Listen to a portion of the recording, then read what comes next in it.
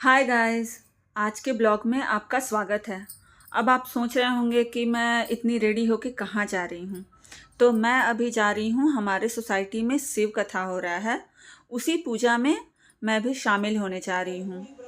और जैसा कि अब मैं पहुँच चुकी हूँ अपने सोसाइटी के क्लब में, और यहाँ पे गुरुजी शिव जी की कथा सुना रहे हैं, जिसमें सोसाइटी के बहुत से लोग शामिल हुए हैं।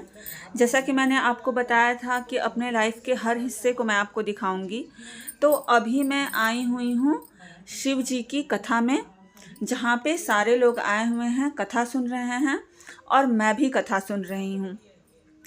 गुरु जी के मुख से कथा सुन के इतना आनंदमय वातावरण हो चुका है कि क्या ही बोलूं।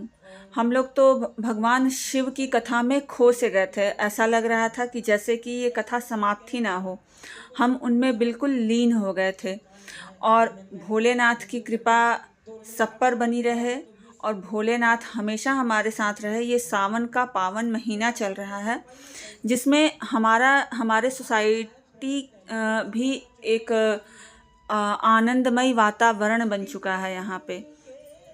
और सोसाइटी के सारे लोग इस कथा में बढ़ चढ़ के हिस्सा ले रहे हैं, और मैं भी आज इस कथा को सुनने आई हूँ और भक्ति में खो जाने आई हूँ। जैसा कि आप देख रहे हैं कि कितनी भीड़ है, सारे लोग आए हुए हैं शिव जी की कथा सुनने, और सब कोई कथा सुन के आनंद विभोर हैं।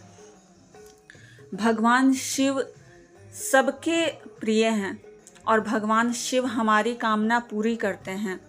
भगवान शिव की कथा होते हुए फिर शिव जी को यहाँ पे लाया जाता है, जो कि हमारी एक छोटी सी बच्ची है जिसे हमने शिव जी बनाया था, और वो बच्ची यहाँ पे आती है। फिर इसे हर कोई निहारने लगता है जैसे कि शिव जी की छवि दिख रही हो। उसके बाद हम सभी आनंदमय होकर शिव जी का दर्शन करके भजन स्टार्ट करते हैं, और हम सभी मिलके शिव जी का भजन करते हैं और भक्तिमय वातावरण बन चुका है।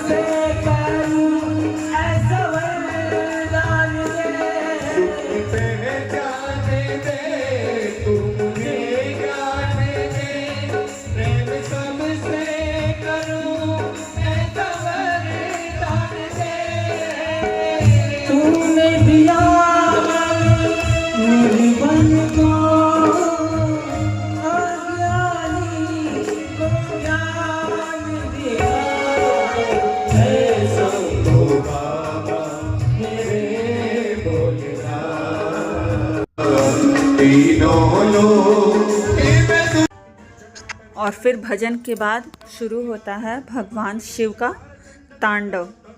और जब ये तांडव हो रहा था तब सारे लोग इस तांडव में खो गए थे। ऐसा लग रहा था कि जैसे भगवान शिव हमारे बीच अवतरित हुए हैं और भगवान शिव ये साक्षात तांडव कर रहे हैं।